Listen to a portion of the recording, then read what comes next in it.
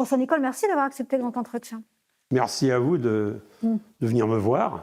Voilà.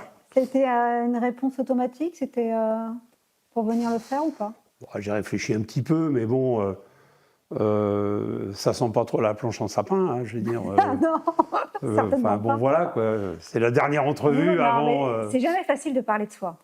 Non, c'est un truc que j'aime pas trop d'ailleurs. Ouais, Je préfère pas trop parler de moi. Mais enfin, bon.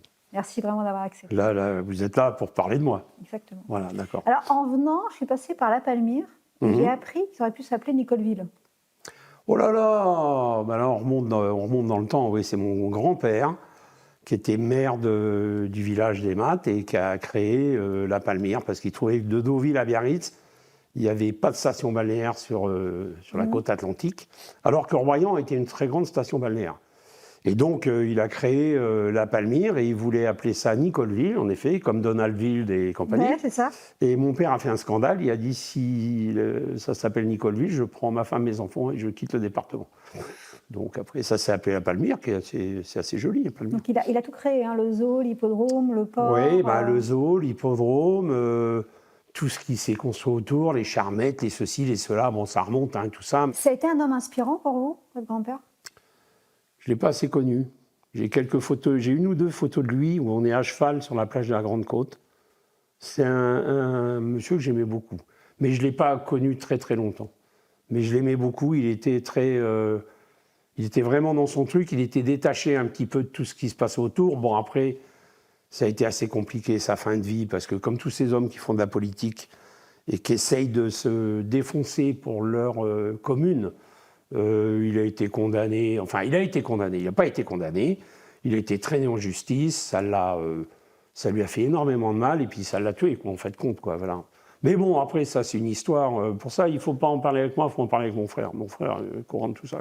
Dans la famille, il y a eu le cheval très vite, puisque... Eh ben, mon grand-père, à la base, était carrier, donc ils allaient chercher de la pierre et des cailloux du côté de Crasane. Et donc, automatiquement, en ce temps-là, il y avait des chevaux, quoi. Il y avait des percherons, des ardennais, je me souviens très bien. Et ils allaient chercher des cailloux, ils partaient le matin à 4 heures, ils rentraient le soir à 9 heures. En ce temps-là, ils ne comptaient pas les heures, hein. 35 heures, ça n'existait pas. Et c'était très bien, les gens étaient beaucoup plus heureux, je pense. Et puis voilà, ça a toujours été les chevaux. Après, ça a basculé un peu. Mon père était plus chevaux de dressage et chevaux de concours hippiques et tout ça. Et puis l'enfant qui est devant vous, concours hippique, dressage, tout ça, ça coûte beaucoup d'argent, ça rapporte un peu, peut-être. Les courses, tout le monde part au même niveau. Mais comment vous connaissez les courses? Parce que y a un monsieur qui est venu, qui s'appelait monsieur Jean-Marie Billot, qui m'a appris à monter à cheval. Je crois que c'est le grand-père de Mathieu Boutin. Et Jean-Marie Billot, lui, il avait un cheval qui s'appelait Nymphore, et qui était un petit cheval de course. Et puis en ce temps-là, on allait aux courses à Rochefort, on allait aux courses dans tous les petits patelins, à Montignac, à machin. On allait aux courses, on courait, on entraînait ça en forêt, on allait galoper à la plage. C'était un super cheval, super petit cheval bébrun que je montais, que j'adorais. Et puis on a mis un petit peu le pied à l'étrier comme ça, quoi. On est parti un peu comme ça. Vous avez eu quelle enfance? Moi? Ouais. Oh, très heureuse. Non, rien. Non, très heureuse. Un gamin qui faisait pas ce qu'il voulait parce qu'ils m'ont obligé à aller à l'école, c'était une erreur. Donc chaque fois que je pouvais m'échapper de l'école, je m'échappais de l'école et je me retrouvais à l'hippodrome pour regarder travailler les chevaux. Et là, les gars disaient « Ah bah François, tu veux monter un lot ?» Oui, bah tu montes un lot, et je montais un lot. Et le soir, je disais à ma mère bah, « J'ai eu une très bonne journée, ça s'est très bien passé. » Ah oui. Mais c'est quand ils recevaient les rapports de l'école où ça couinait un peu par moments. Et du coup, à 16 ans, vous êtes parti en Angleterre, à Newmarket? Oui, alors, à 15 ans et demi, ma mère m'a annoncé, pas sur son lit de mort, mais quelques temps avant de nous quitter, qu'en fait compte, c'est pas mon père qui m'avait sorti de l'école, c'est l'école qui m'avait franchement viré. Bah, quand vous apprenez ça à 50 et quelques années, ça surprend un peu. Moi, j'étais persuadé que mes parents m'avaient gentiment, pour me faire plaisir, sorti de l'école. En fait, quand les autres m'avaient viré, il m'a dit « Celui-là, on ne le reprendra pas ». Donc, mon père, il dit « Bon, t'aimes les chevaux, tu vas essayer de lier l'utile à l'agréable, tu vas aller en Angleterre pendant 1 an, Et puis, au moins, tu apprendras à parler anglais. Et puis, tu seras dans un truc que tu aimes. Donc, voilà. Donc, je suis parti en Angleterre pendant 1 an, travailler chez Robert Armstrong, à Newmarket. Et ça a été pour moi extraordinaire, quoi. Après coup, mais pendant, c'était comment? Parce que vous êtes jeune, déraciné, il n'y a pas Internet, il n'y a pas de téléphone portable. Là, j'avais besoin ni de téléphone, ni d'Internet, ni de rien du tout. J'avais besoin de mes chevaux, enfin les chevaux. Et puis vivre dehors et monter à cheval. Et puis voilà, ça a été pour moi un...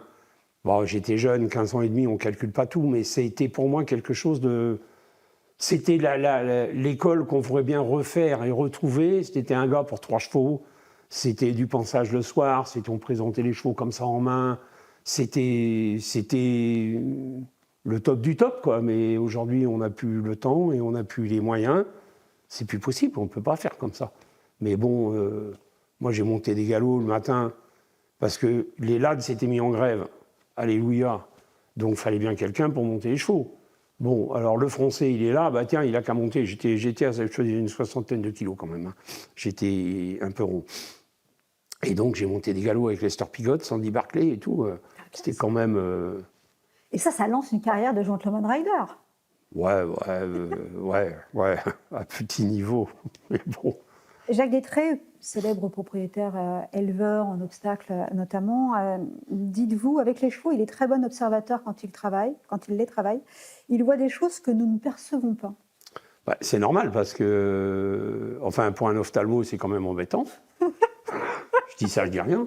Mais enfin, quand même, c'est normal, c'est mon métier. Moi, je fais ce métier-là depuis quand même un certain nombre d'années.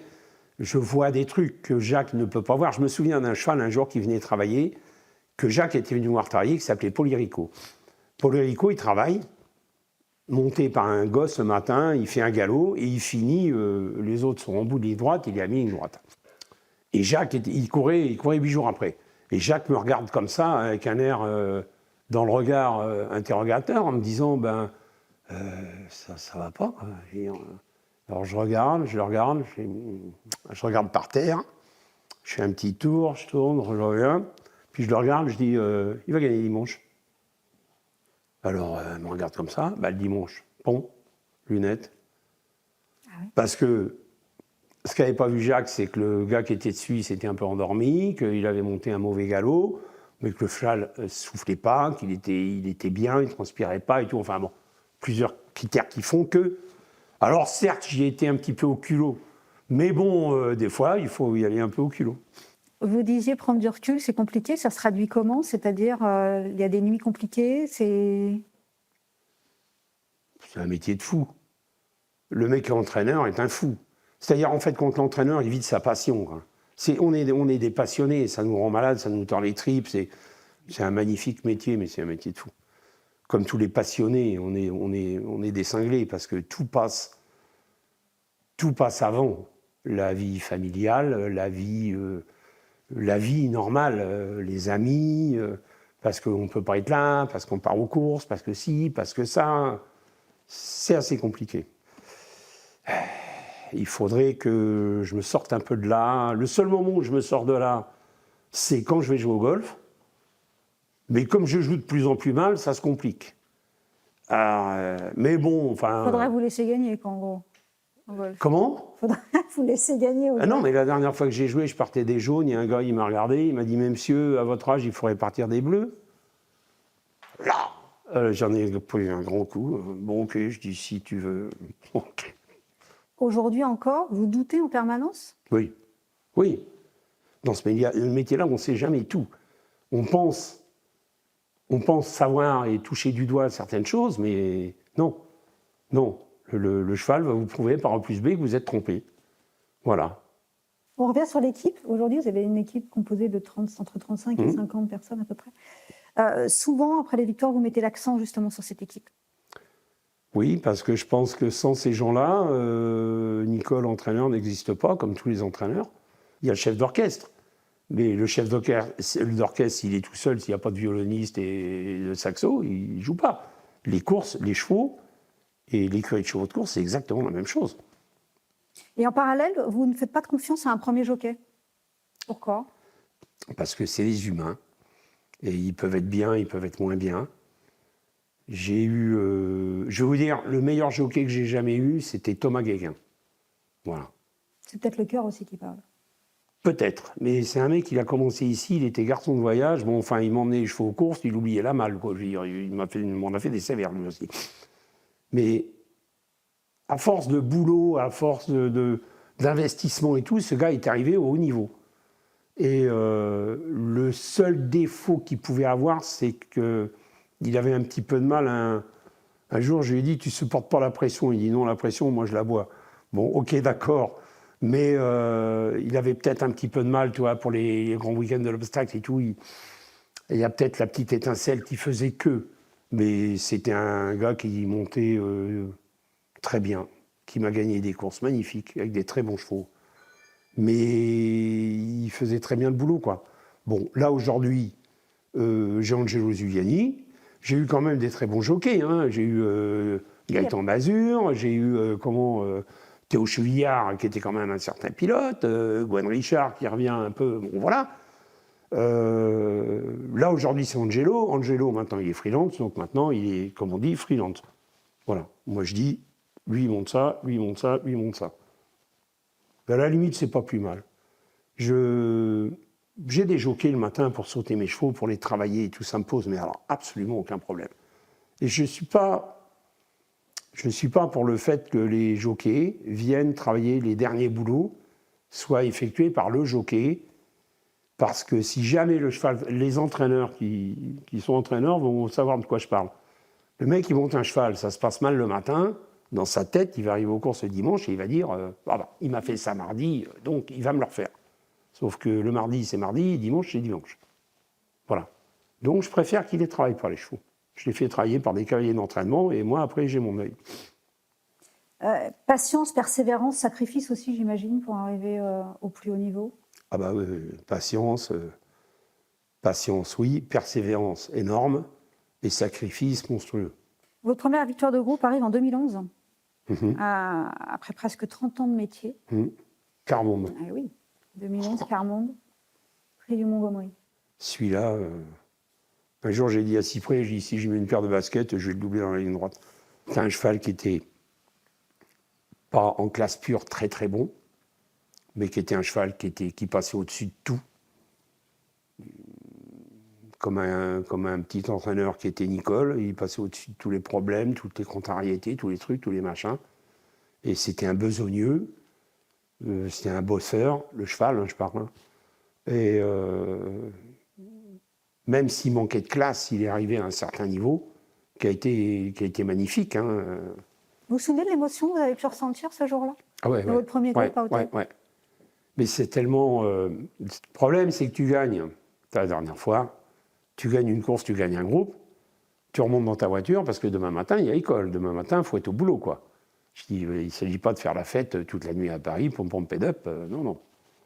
Donc, tu t'arrêtes sur l'autoroute, manger un Big Mac, voilà, et un jour, tu en as dit, ah, t'es content, t'as gagné. Je me souviens, c'était après un groupe 1. J'avais pris une photo du plateau, on était avec Fabienne. J'ai dit, voilà, soirée d'un entraîneur qui vient de gagner un groupe 1. C'est comme ça. Voilà. Et le lendemain, le réveil sonne, et le lendemain, il faut y retourner. Et le groupe 1 que tu as gagné est un peu... Je ne vais pas dire qu'il passe derrière, mais bon, ça c'est fait. Ok, passons à autre chose. Je suis un peu comme ça. Jamais vous faites une grosse fête pour fêter Non, je fais une fête avec mes gars. On fait un repas, un ou deux repas l'été, on fait un repas l'été, on fait un repas l'hiver. Une grosse fête, non. Vous parlez de Fabienne, votre femme, qui occupe une place essentielle aujourd'hui. Elle a beaucoup de chance d'être avec un mec comme moi. D'accord. Donc, c'est un peu commentaire. Non, oui. C'est une place essentielle, ouais. C'est une battante.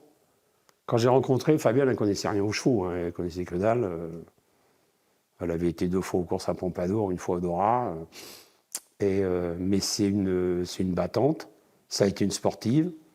Donc elle, c'est... faut gagner. Voilà.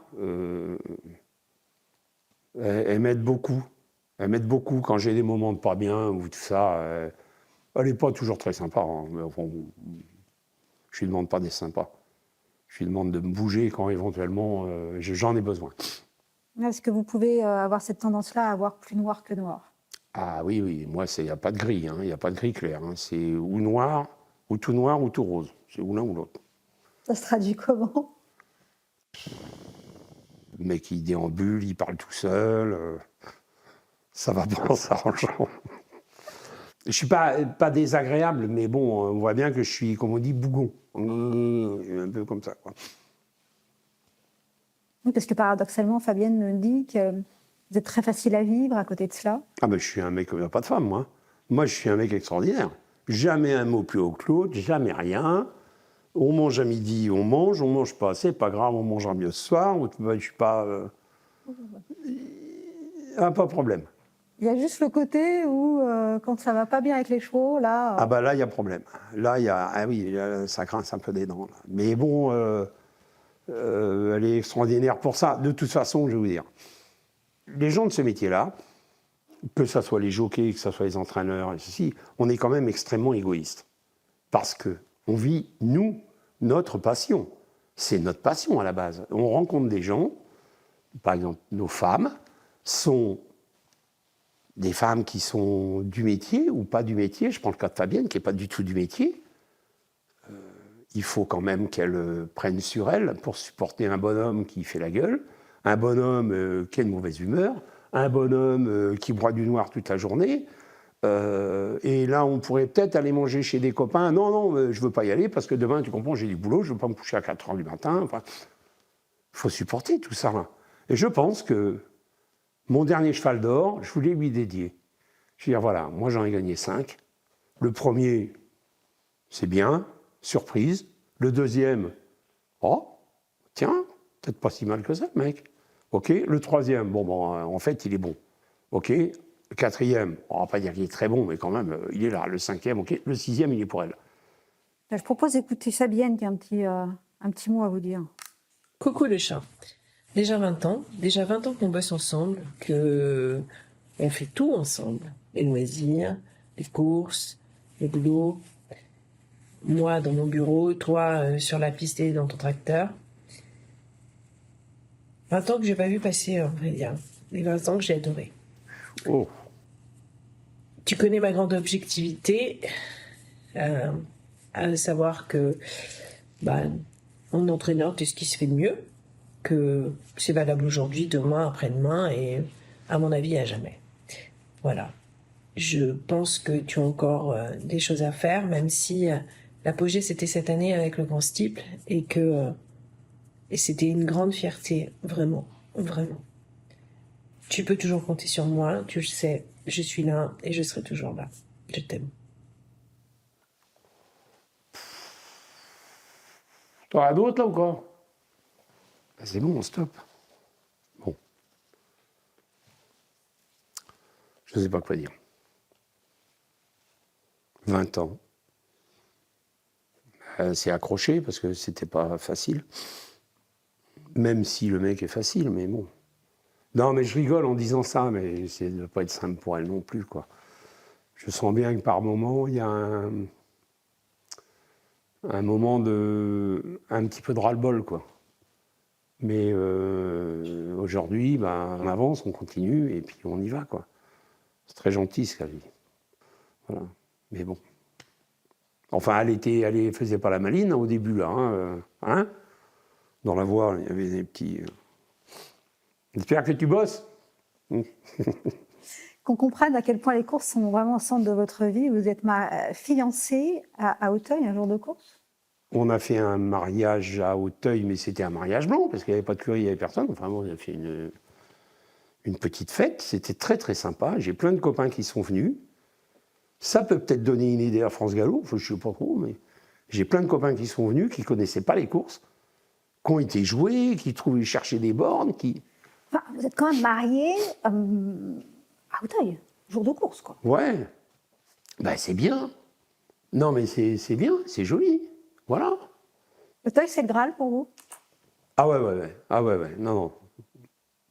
Pour moi, l'hippodrome d'Auteuil est d'un des plus beaux hippodromes qui est, à mon avis, en obstacle au monde. C'est sûr. du Grand Steeplechase de Paris. Allez, comment je vais dire? Tout à l'heure, je t'ai dit, ça sent un peu la planche en sapin, mais on va dire que c'est l'aboutissement d'une carrière.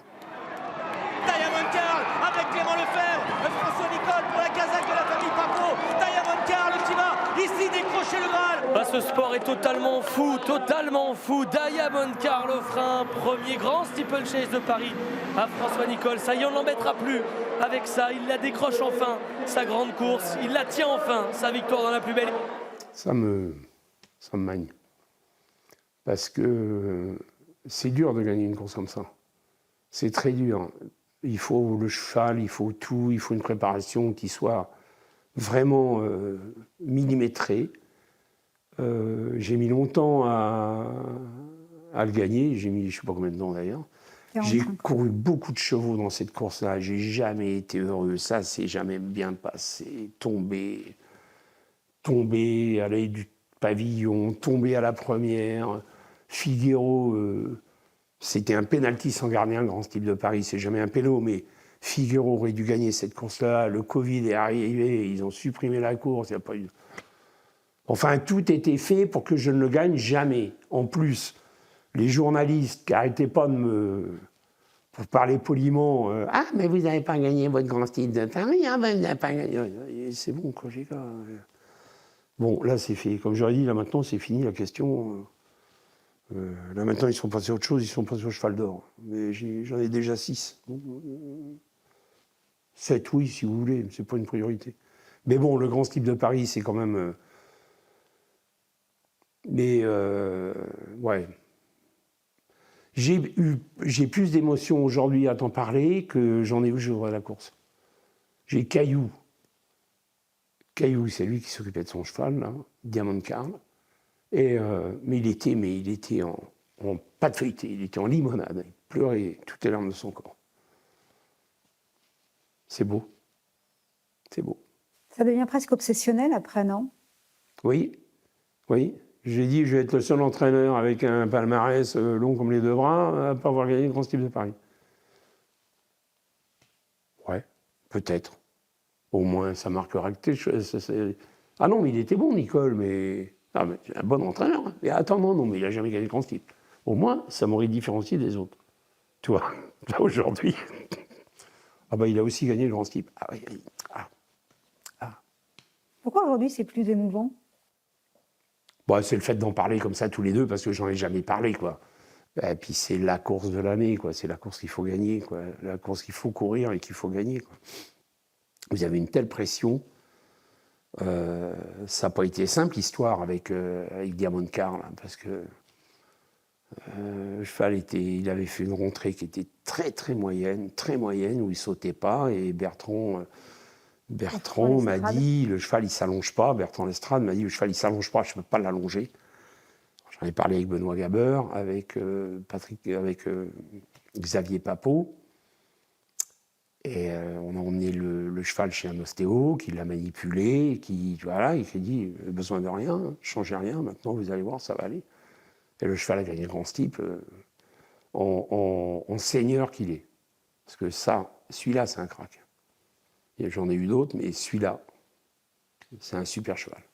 Justement, vous avez eu quand même pas mal de cracks. On a parlé de Boncoeur, Alex de la Redia, Figaro, Bipolaire, l'autonomie, Diamond Carl, du coup. Lequel vous a le plus marqué? De Boncoeur. Pourquoi? Ah ben, pourquoi? D'abord, une très belle jument, très attachante, facile au demeurant, assez facile à entraîner, beaucoup plus facile que l'autonomie. C'est une jument assez compliquée. Et puis, sa grande course des Auteuils, c'est waouh, scotchant. La championne de Boncoeur qui va terrasser l'opposition. De Boncoeur qui accélère. La championne qui s'impose ici dans la grande course de Haie d'Auteuil. C'est elle la championne, c'est elle la patronne. Ouais, c'est une jument que j'adorais, cette jument. Ouais. Une grosse toutoune. Une grosse mémère qui était là, qui faisait son boulot. Fallait aller vite, elle allait vite. Fallait aller doucement, fallait sauter, elle sautait. Elle avait quoi de plus que les autres, cette jument? Elle avait 2 cœurs et 3 poumons. Voilà, c'est la différence entre Usain Bolt et tous les autres. Il y a un cheval que vous auriez rêvé d'entraîner? Non, parce que je les ai eus. Aucun autre cheval, même dans le passé, hein?